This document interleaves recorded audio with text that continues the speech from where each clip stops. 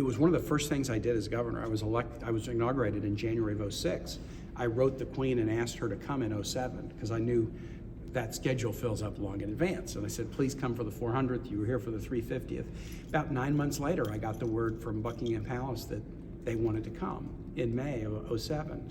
It was a very intense effort to plan the trip, including I went to Buckingham Palace in December of '06 to do some planning about the actual trip with the Queen's team, not with the Queen herself, but I was able to go there and spend time with the team kind of planning it as I was doing an economic development visit. The 2 days she was here were really magical. I mean, just one, we had just reopened the Capitol. The Capitol had been under renovation for about 4 years, and the crew got it done about a week before she arrived. And so it was really part of this celebration of Jamestown, but also the renovation of the Jefferson design Capitol.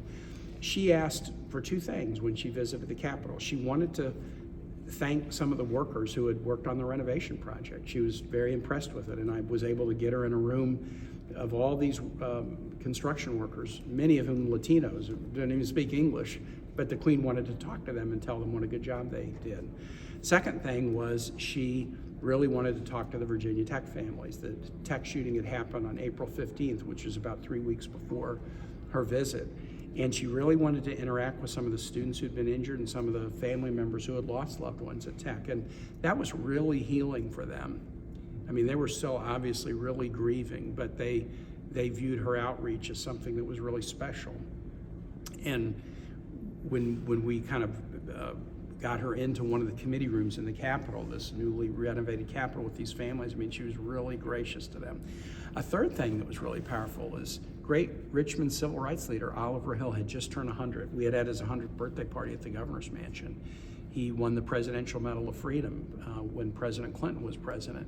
And we arranged for him to be in the rotunda of the Capitol as she came in on her way to speak to the Virginia General Assembly.